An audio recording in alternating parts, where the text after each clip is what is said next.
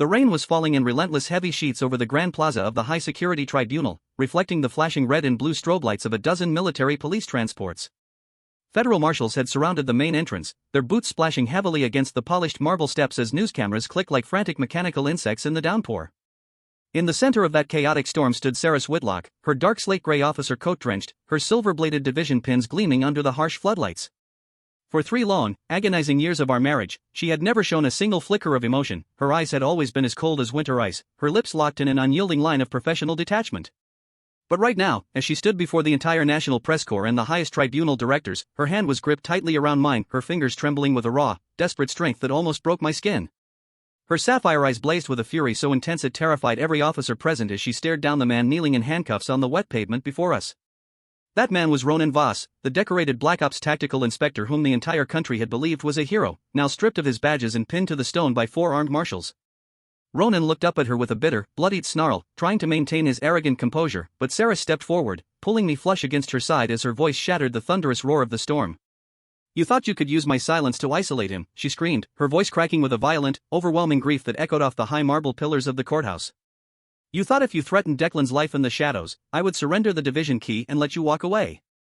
But you miscalculated, Ronan. I would burn down this entire intelligence network and my own life before I let a traitor like you lay a finger on my husband." The crowd of reporters gasped in absolute shock as Ronan's arrogant smirk finally collapsed into pure horror. But to understand how I ended up standing beside the coldest, most untouchable senior intelligence officer in the metropolis while she ruined her own career to shield me, you have to go back to a quiet, freezing Tuesday morning 3 months ago. Our marriage hadn't started in fire, it had faded into a slow, suffocating fog. Seris Whitlock was a senior officer in the National Intelligence Bureau, a rank that meant unmarked black sedans picked her up at 3 in the morning, and classified encryption phones buzzed on her nightstand at all hours. At home, our spacious apartment was always silent, so silent you could hear the rain tapping against the double-paned glass. We slept on opposite sides of a king-sized bed, ate breakfast without exchanging more than 3 words, and lived like 2 polite strangers sharing a luxury vault. The night before everything changed, I had hit my absolute breaking point. I sat alone in my small study until 2 in the morning, staring at a stack of white legal paper under the yellow glow of a desk lamp. It was a formal petition for divorce, clean, mutual, asking for nothing. I had spent 3 years trying to reach the woman behind that impenetrable uniform, trying to offer her a quiet life away from the shadows, but every attempt had been met with a wall of frost. I signed my name at the bottom of the final page, my hand steady despite the ache in my chest. I folded the document neatly, slid it inside the inner breast pocket of my suit jacket, and went to sleep, fully prepared to hand it to her over breakfast and walk away from the ghost of our marriage. The next morning arrived with a low, gray sky pressing against the city skyscrapers. The soft hum of the automatic espresso machine filled the kitchen as I poured 2 cups of black coffee. Seris was already seated at the polished mahogany breakfast table, clad in her immaculate, high-collared dark blue officer suit. Her long slate-gray hair was pulled back into a tight, perfect knot, not a single strand out of place. She held an encrypted tablet in one hand, her pale fingers scrolling through classified transmission files while her face remained as unreadable as a polished sheet of obsidian. No greeting, no soft good morning, just the cold, familiar hum of her absolute efficiency. I walked over to the table and set her coffee cup down near her right hand. As I reached across the table to pass her the small silver sugar container, a sound suddenly echoed, not through the quiet room, and not into my ears, but directly inside the center of my brain. It was a woman's voice, breathless, panicked, and trembling with a deep, aching exhaustion that I had never heard in real life. *3 days left, just 3 more days until Sable's deadline. If I can just keep Declan distant enough for 72 hours, Ronan won't target him when the audit hits. Please, Declan, don't look at me with those soft eyes this morning. It makes it so hard to stay cold. It breaks my heart every single second. My hand froze midair, the silver sugar container hovering inches above the tablecloth as a surge of electricity shot down my spine. I stared directly at Seris. Outwardly, she hadn't moved a muscle, her eyes were still fixed on the blue glow of her encrypted tablet, her sharp jawline set in its usual firm, unbothered angle. But inside my head, her voice was still echoing, raw and desperate. He looked so tired today. Did he even sleep last night? God, I just want to reach out and hold his hand. I want to tell him I'm sorry for the 3 years of silence, but if Sable's watchers see me show affection, they'll use Declan as leverage against me. I stood there, rooted to the floorboards, realizing with terrifying clarity that I was hearing her unspoken, unfiltered thoughts. My pulse hammered against my ribs like a trapped bird as I slowly retracted my arm, pulling the sugar bowl back to my side of the table. My fingers were shaking so violently I had to grip the edge of the mahogany table to steady myself. Was I losing my mind? Was this some kind of stress-induced hallucination brought on by months of emotional isolation? I searched her face for any clue, any subtle shift in her expression, but Seris remained a master of cover art. She reached out, picked up her coffee cup with steady hands, and took a small sip.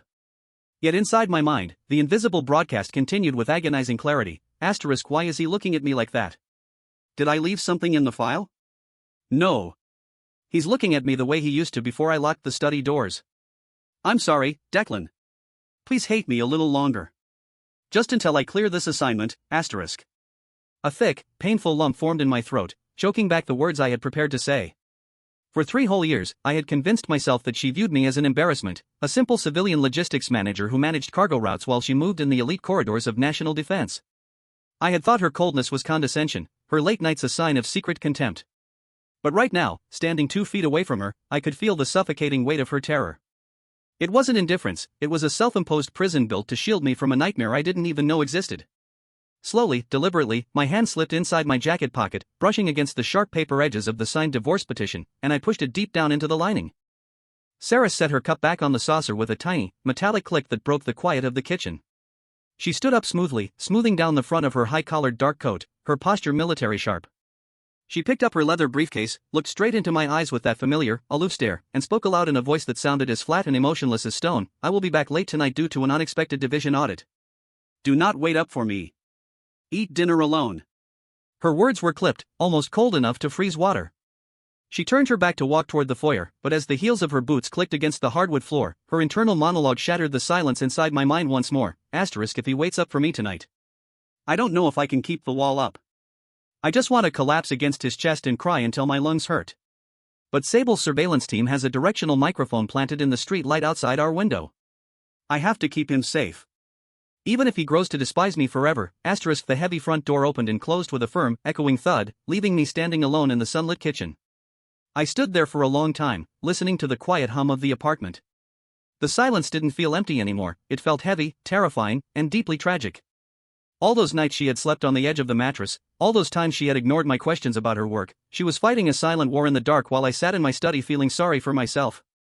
I walked over to the front window, peering through the sheer curtains down at the street below. A dark sleek sedan was waiting at the curb, its tinted windows reflecting the gray morning sky. Seris got into the rear seat without looking back, the car pulling smoothly away into the morning traffic. By noon, I was at my desk at the Central Freight and Defense Logistics Center. My job as Chief Civilian Logistics Manager was usually straightforward: routing transport convoys, securing supply lines for government infrastructure, and managing manifest ledgers across the eastern sectors. It was a respected position, but far below the clearance levels of the High Security Tribunal. Yet today, every shipping manifest and clearance code on my screen seemed to glow with newfound weight. Was her danger connected to the logistics network? Who was Sable? And who was this man named Ronan she was so terrified of? At 2 in the afternoon, the red emergency beacon above my department doors began to flash silently. A high-priority announcement chimed through the intercom system. Attention logistics staff, Special Task Division 4 has entered the facility for an unscheduled security audit. All personnel clear the central corridors. The heavy double doors of the logistics floor swung open, and a squad of 6 tactical guards in black combat gear marched in. Leading them was a tall, imposing man in a dark tailored tactical overcoat, his dark ash hair slicked back with military precision. Walking half a step behind him was Seris Whitlock. My heart seized in my chest as I recognized the man leading the squad. His face was one I had seen only in old, classified memorial archives years ago: Ronan Voss. 5 years prior, he was a legendary tactical operative who had reportedly been killed during a Black Ops ambush in the eastern border zones. He had been hailed as a fallen hero, his name etched into the division wall of honor. But standing here right now in the middle of my department, Ronan Voss was very much alive, holding a polished gold senior inspector badge on his lapel, his narrow gray eyes scanning the room with ruthless arrogance.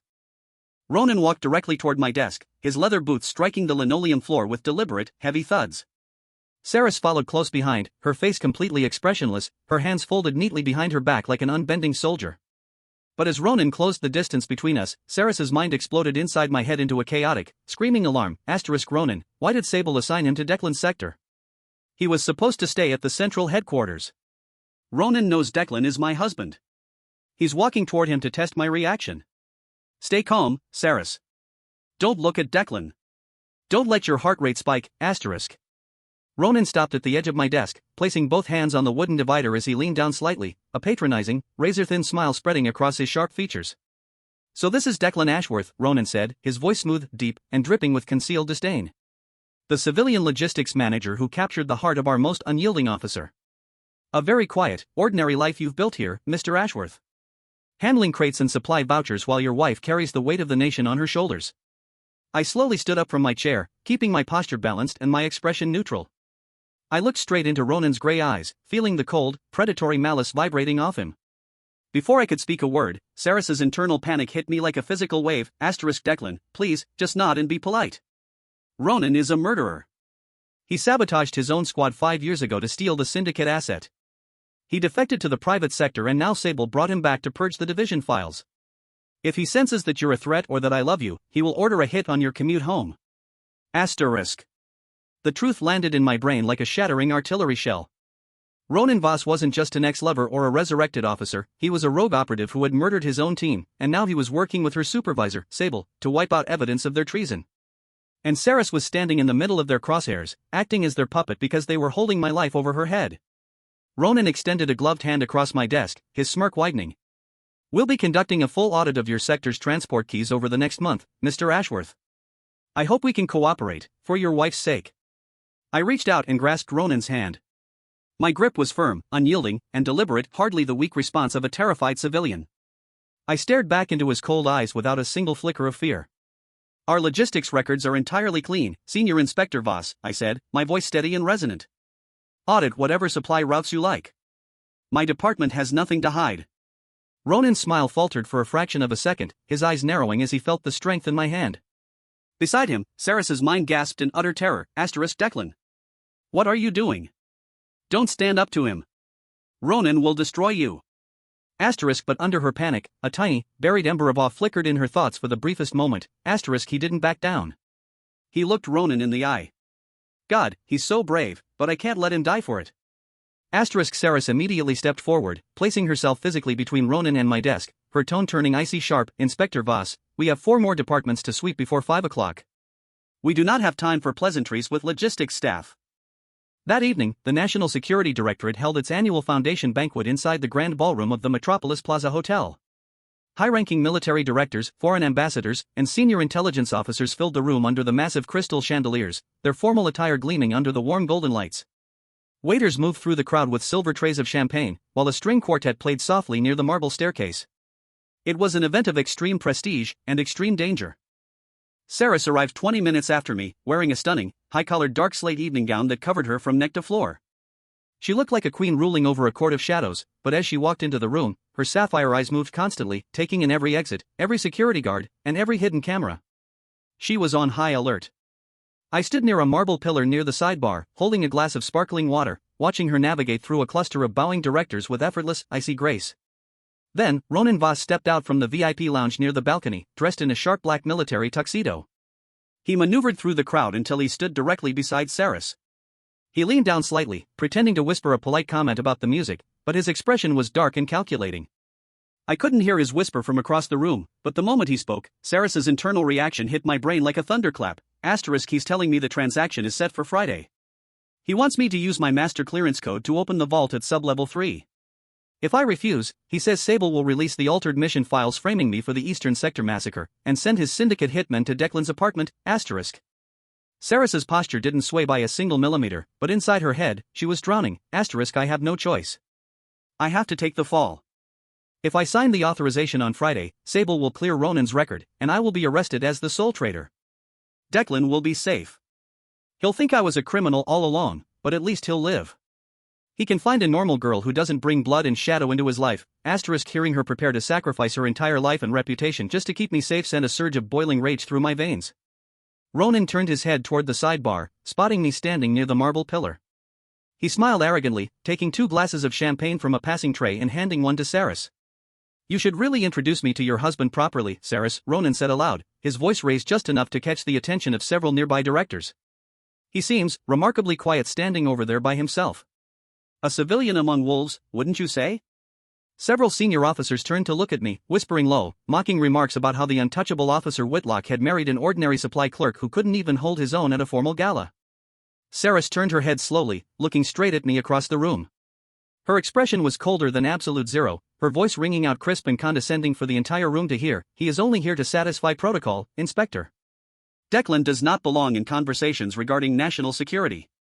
Declan, take the secondary driver home. You are dismissed for the evening. The surrounding director smirked, pitying me for being publicly humiliated and cast aside by my own cold wife like an unwanted servant. But as she spoke those harsh words, her internal voice was crying out in my mind, shattered and bleeding, forgive me, Declan. Please forgive me. Please hate me tonight so you get in that car and leave this building right now. Ronan's sniper is stationed on the rooftop across the street. If you stay by my side, he'll take the shot. Go home, my love. Please just go home, I didn't flinch. I didn't bow my head in shame, nor did I show a single grain of anger. I set my glass down on the mahogany bar table, looked Seris straight in the eyes, and gave her a quiet, respectful nod. Understood, Officer Whitlock, I said softly, my voice calm and completely composed. I will see you at home. I turned and began walking toward the main coat check near the grand entrance, my stride smooth and deliberate. As I reached the coat rack, I noticed Ronan Voss walking casually near the cloakroom entrance out of the corner of my eye. He had excused himself from Seris for a brief moment, pretending to check his phone. As he brushed past the rack where my dark wool overcoat was hanging, his hand lingered near the inner lapel for a fraction of a second. It was a movement so swift and practiced that no ordinary person would ever have caught it, but I was a logistics engineer who spent every day auditing high-security cargo seals. I collected my coat from the attendant, slipped it on, and walked out of the warm luxury hotel into the crisp, rain-soaked night air. I walked down the stone steps into a quiet side alley away from the streetlights. Reaching inside the inner lining near my left breast pocket, my fingers felt a tiny, hard metallic disc no larger than a coat button, a microfrequency GPS tracking beacon. Ronan had planted it on me so his syndicate watchers could monitor my exact location and ensure I didn't attempt to leave the city. A cold, calculating smile touched my lips. Ronan thought he was playing chess with a defenseless civilian. But he had forgotten one crucial detail: I controlled every freight line, cargo train, and transport manifest leaving the metropolis. I walked 2 blocks down to the Central Rail Logistics Depot, where a massive automated freight train was idling on track 4, bound for a heavy industrial mining zone 400 miles across the sea. I slipped the tracking disc inside the sealed steel latch of a container carrying iron ore, and watched the train pull away into the night.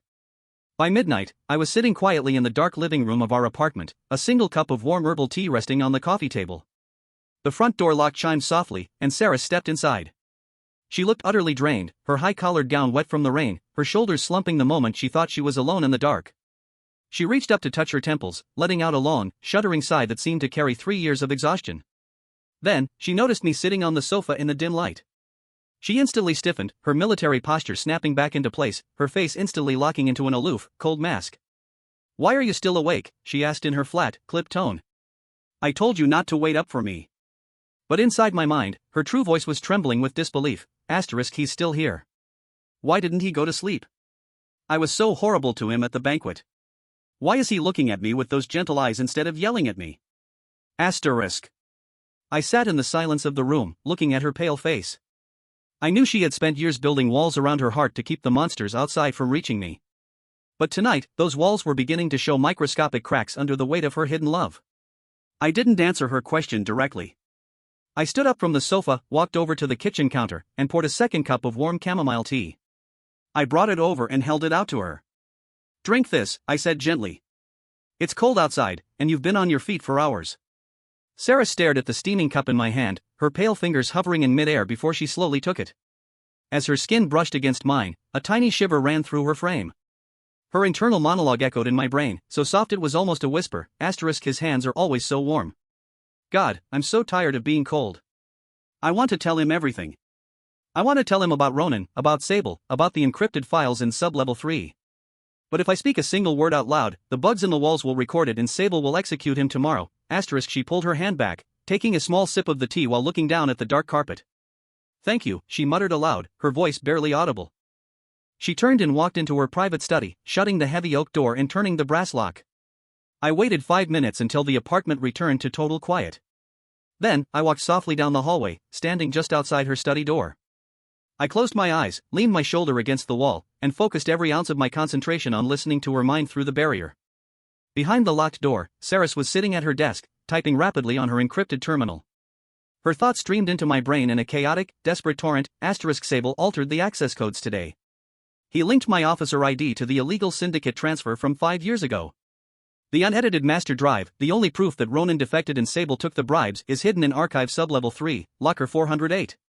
But Locker 408 is secured by a dual biometric lock that requires Sable's master key and the sector maintenance bypass code, *. My eyes snapped open in the dark hallway. Archive Sublevel 3, Locker 408. And the sector maintenance bypass code? That was a code generated exclusively by the Civilian Logistics Department, my department. Seris didn't know that I had personal administrative access to the maintenance override system because she had always assumed logistics was just basic clerical work. Inside the study, her thoughts continued to spiral into deep despair. Friday morning at 9 o'clock. That's when Sable will present the altered files to the tribunal directors. If I can't get into Locker 408 before then, I will be cuffed and dragged to the federal prison, and Ronan will take over the division. Declan will be left alone, believing his wife was a traitor. Tears began to quiet her internal voice as she whispered inside her heart, I'm sorry, Declan.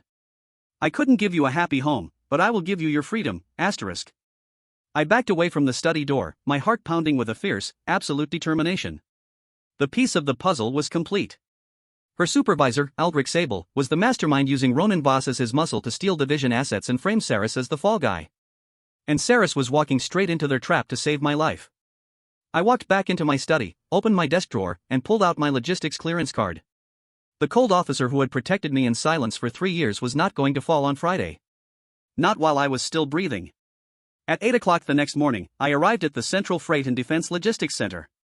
The department was buzzing with activity as clerks processed transport manifests and security clearance tags for the high-level sectors above. I sat down at my central server terminal, inserted my administrative clearance key, and pulled up the master schematic for Archive Sublevel 3. Locker 408 was located in the deepest section of the vault, protected by automated steel bulkheads and an isolated security grid. Suddenly, the heavy glass doors of the logistics floor slid open. Aldrich Sable walked in, flanked by 2 senior intelligence directors and 4 armed guards. Sable was a heavy-set man in his late 40s with thinning gray-black hair, sharp dark eyes, and an expensive tailored suit that couldn't hide his arrogant posture. He was supervising the transfer of 3 armored server units that were being loaded onto a transport trolley. I immediately lowered my head, typing routine shipping numbers into my keyboard to blend seamlessly into the background. As Sable walked past my desk, he stopped for a moment to inspect a digital manifest on a clerk's screen. Standing less than 5 feet away from him, I tuned my mind to Sable's thoughts. A dark, slimy inner monologue flooded my brain, everything is falling into place. Whitlock is trapped. She thinks she's protecting her useless civilian husband. Tomorrow at 9 a.m., I'll present the scrubbed files to the tribunal board. Once she's arrested, Ronan and I will split the $60 million from the Eastern Syndicate, Sable's thoughts shifted to the archive vault, the unedited black box drive in Locker 408 is the only threat left. But no one can access Locker 408 without triggering the secondary power alarm. And the mechanical override code is stored in the logistics main relay. Which these foolish clerks don't even know exists. Sable smiled sinisterly to himself, patting his suitcoat where his master key card rested. My hands moved across my keyboard, secretly recording every detail Sable's mind had revealed. Locker 408 contained the original black box drive, the unedited flight logs and financial transfers proving Sable's treason and Ronan's syndicate massacre. But Sable was right about one thing: accessing Locker 408 required a secondary power alarm bypass, a bypass that could only be triggered by a manual grid failure in the logistics main relay room. At 2 in the afternoon, a sudden security alert pinged on my private line. It was an internal division transmission memo. Seris had been summoned to Sable's top-floor executive suite for an emergency pre-audit briefing. A wave of intense anxiety washed over me as I focused my mind upward, reaching for her thoughts across 30 floors of concrete and steel.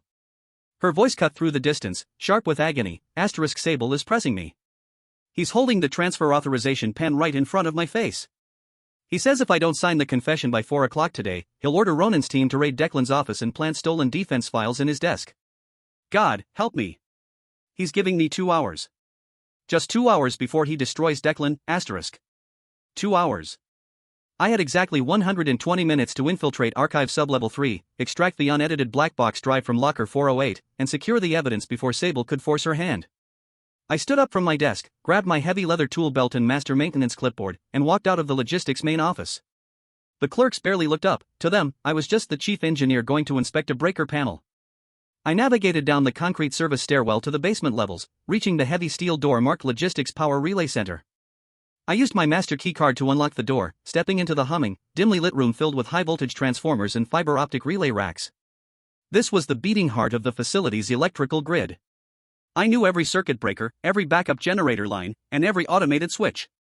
I pulled out a heavy insulated key tool, inserted it into the secondary transformer bus bar, and deliberately short-circuited the power feed to sub-level 3.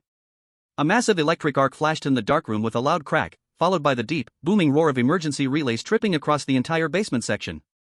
Instantly, the main fluorescent lights died, replaced by the spinning red glare of emergency backup beacons. Blaring sirens echoed through the ventilation shafts as automated security doors throughout the building froze in their current positions. 30 floors above, inside Sable's executive suite, the sudden blackout cut the power to Sable's digital authorization tablet. Seris's thoughts surged in my mind with sudden, wild confusion. A power grid failure in sub-level 3? That grid is manually operated from the logistics relay. Did Sable cause this to lock me in? No. Sable looks furious.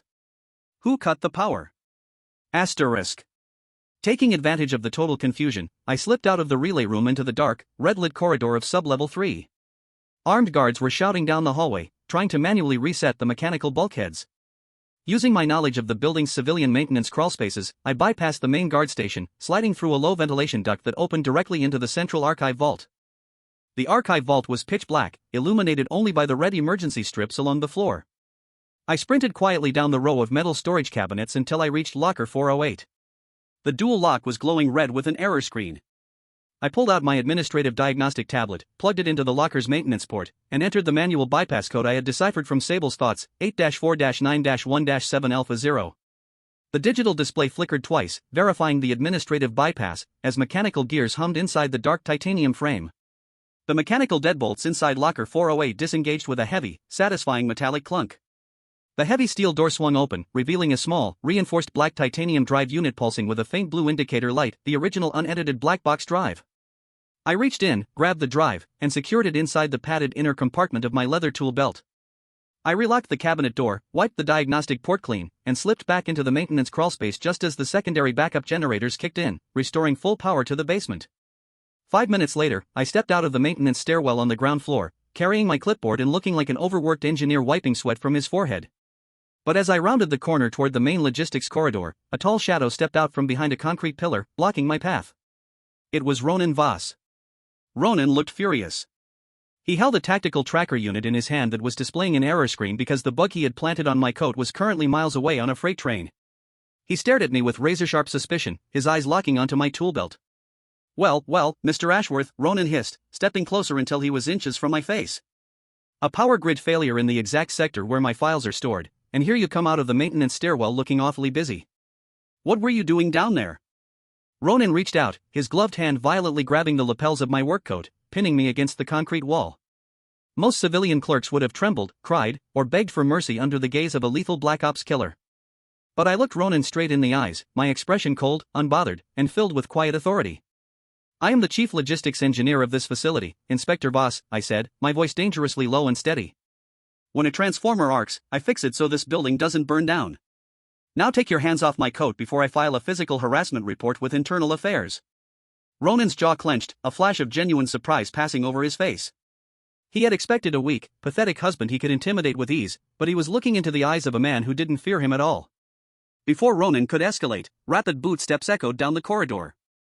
Seris came running around the corner, her high-collared coat flying behind her. Seeing Ronan holding me against the wall, her face turned pale as ash, but her sapphire eyes blazed with instant fury. In my mind, her voice screamed in sheer agony, no. Ronan, let him go. I'll kill you with my bare hands if you touch him. Outwardly, she marched up to us, her voice ringing out like a steel whip, Inspector Voss. Release my husband this instant. He is operating under direct maintenance authorization.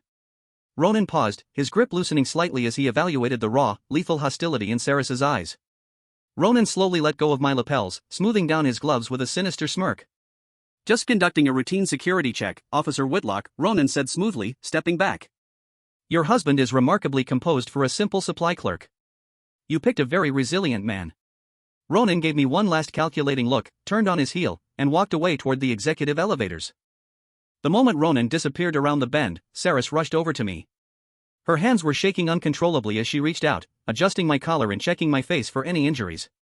Outwardly, she tried to maintain her strict, aloof tone. You shouldn't be near the main breaker rooms during an emergency grid fault, Declan. It's dangerous. Return to your desk immediately. But inside my brain, her thoughts were weeping with immense relief, thank God. Thank God he's okay. My heart stopped when I saw Ronan holding him. If Ronan had heard Declan, I would have pulled my sidearm right there and shot him through the heart. Declan, please, just stay safe for 24 more hours, asterisk. I looked down into her sapphire eyes, seeing the tiny cracks of emotion she couldn't completely hide. I reached out, gently placing my hand over hers as she held my collar. Her skin was cold, but her pulse was racing like wild thunder. I told you, Seris, I said softly, my voice filled with a deep, unwavering warmth. You don't have to carry every burden by yourself. I can handle myself, and I will always protect what matters to us. Seris froze. Her sapphire eyes widened in absolute shock, her lips parting slightly as she stared at me. For 3 years, I had never spoken to her with such calm, absolute authority. Her internal monologue went completely silent for 5 full seconds, stunned by the sheer weight of my words, before echoing with bewildered wonder, asterisk, what did he just say? How did he? Why does it feel like he knows everything? Why does it feel like he's shielding me? Asterisk. I gave her hand a gentle squeeze, let go, and gave her a small, confident smile. Go back to your briefing, Officer Whitlock. I have work to finish. I picked up my clipboard and walked back toward my logistics desk, leaving the coldest officer in the division standing alone in the corridor, her heart beating wildly in her chest. As I walked back to my terminal, I could still feel the phantom echo of her racing heartbeats vibrating in my thoughts. That evening at 6 o'clock, I took the black titanium drive to an isolated off-network logistics terminal in the lower industrial district, a terminal completely untraceable by Sable's division surveillance. I inserted the drive, accessed the High Security Internal Affairs portal, and uploaded the raw, unedited footage from 5 years ago. The files contained crystal-clear audio and video of Ronan Voss executing his own squad members, alongside banking ledgers showing Aldrich Sable receiving offshore syndicate wire transfers totaling $60 million. I attached a digital manifesto routing the evidence directly to the chief prosecutor of the High Security Tribunal, stamping it with an official logistics emergency seal that demanded immediate executive review. The upload completed with a green confirmation chime, files transmitted to Supreme Judicial Board, the trap was set. Tomorrow morning at 9 o'clock, when Sable called the tribunal assembly to frame Seris, he would be walking straight onto his own scaffold. Meanwhile, upper division management was in total turmoil. Sable and Ronan had scheduled the final tribunal hearing for 9 a.m. the next day, confident that Seris had no way out. When I returned home at 8 p.m., the apartment was dimly lit. Seris was sitting by the floor-to-ceiling living room window, watching the rain strike the glass, a cup of untouched cold tea in her lap. She thought tomorrow was the end of her life. She believed that by 9:30 a.m., she would be wearing steel handcuffs, branded a traitor, and locked in a high-security cell for the rest of her days. Her internal monologue echoed through the quiet room, filled with a heartbreaking, gentle sorrow, asterisk, tomorrow morning, it will all be over. Sable will present the scrubbed logs. I won't fight back, because if I fight back, Ronan will execute Declan. At least Declan will be safe. He'll inherit the apartment. He can start over, asterisk. I wish I had been a better wife, her mind whispered, tears slowly silently slipping down her pale cheeks in the dark. Asterisk, I wish I had made him dinner. I wish I had kissed him good morning just once. I wish I had told him that I fell in love with him the very first day he smiled at me in the logistics hall 3 years ago. I love you, Declan. I'm sorry I could only love you in silence, asterisk. Hearing her true heart confess her love for me in the dark sent a wave of overwhelming emotion crashing through my soul. I walked softly across the living room, picked up a warm fleece blanket from the armchair, and gently draped it around her shoulders. I leaned down and pressed a soft, lingering kiss against the top of her head. Seris gasped softly, her body trembling under the blanket as she looked up at me in the dark. Declan, why? She began, her voice cracking. I looked straight into her tear-filled sapphire eyes and said in a firm, gentle voice, tomorrow morning, everything changes, Seris. You don't have to run anymore. Trust me.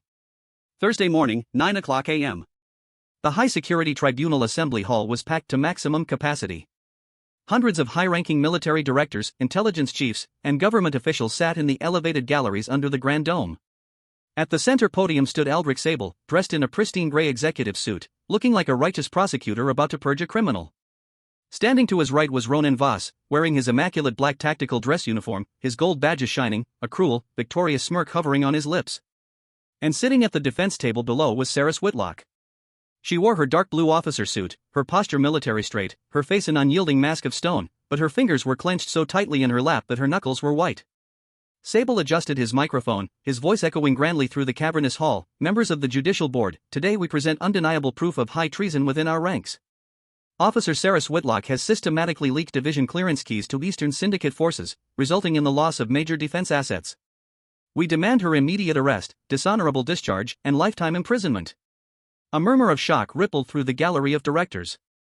Ronan stepped forward, pulling a stack of falsified documents from his leather binder to present to the chief judge. Seris closed her eyes, preparing to accept the false charges to keep me safe. Her mind whispered one final, tragic goodbye, goodbye, Declan. Live a good life, Suddenly, the massive double oak doors at the rear of the assembly hall slammed open with a thunderous bang that echoed off the high ceiling. "Hold your proceedings," a booming voice commanded. The entire assembly turned in shock as 12 heavily armed federal marshals marched into the hall, led by the chief supreme prosecutor of the High Tribunal himself, holding a gold-sealed judicial execution warrant. Walking right beside the chief prosecutor was me. I stepped down the central marble aisle with an unshakable stride, looking Sable and Ronan straight in their pale, horrified faces. Aldrich Sable's face instantly drained of all color, his eyes widening in total disbelief as he stared at me. "What is the meaning of this intrusion?" Sable shouted, his voice cracking with sudden panic. "This is a closed military tribunal. Logistics personnel have no standing here." The chief prosecutor stepped up to the central bench, slamming the judicial warrant onto the podium. "By order of the Supreme Judicial Council, these proceedings are halted." Aldrich Sable. Ronan Voss, you are under immediate arrest for high treason, murder, evidence tampering, and illicit syndicate conspiracy. Before Sable could scream an objection, the massive digital display screens above the podium flashed bright blue, automatically overriding the division system. The unedited black box video footage I had uploaded began playing in crisp, high-definition audio and video for the entire assembly to see. The footage clearly showed Ronan Voss executing his own squad members 5 years ago in cold blood, followed by recorded wire transfers showing Sable accepting $60 million into offshore accounts. The assembly hall erupted into absolute bedlam. Senior directors jumped to their feet, shouting in outrage and pointing at Sable and Ronan. Sable collapsed back into his chair, his face ash-gray, hyperventilating as marshals moved in to cuff his hands. But Ronan Voss, realizing his life was completely over, let out a rabid snarl of fury. He drew a concealed sidearm from his coat, spinning toward the defense table and aiming the barrel directly at Seris's chest. "If I'm going to the gallows, Whitlock, you're dying first," Ronan roared. Seris gasped, her eyes widening in terror as the gun pointed straight at her. But before Ronan's finger could squeeze the trigger, I lunged forward with explosive speed. I slammed my shoulder into Ronan's chest, driving him violently back against a heavy marble pillar. The sharp impact echoed like a gunshot as Ronan's gun was knocked upward, firing a stray bullet harmlessly into the high plaster ceiling. I grabbed Ronan's wrist, twisting it downward with ruthless strength until the pistol clattered onto the marble floor. Ronan snarled, trying to throw a punch, but 4 federal marshals tackled him to the stone ground, pinning his limbs and snapping heavy steel restraints around his wrists. Ronan writhed on the floor, screaming curses as he was dragged away in disgrace. 10 minutes later, the rain outside had stopped completely, giving way to brilliant rays of golden morning sunlight piercing through the dispersing clouds over the Grand Plaza. The storm was over. News crews, military police, and dozens of division personnel swarmed the courthouse steps as Sable and Ronan were loaded into armored prison vans under heavy guard. Seris walked out of the high tribunal doors onto the sunlit marble plaza steps. She stopped near the top of the stairs, her high-collared blue officer coat gleaming in the sunlight. She looked around the bustling crowd, her eyes frantically searching, until she spotted me standing near the marble fountain at the bottom of the steps. She slowly walked down the steps toward me. And right there, in front of 50 news cameras, 20 high directors, and the entire city watching on live television, the icy, unyielding barrier she had worn for 3 long years shattered completely.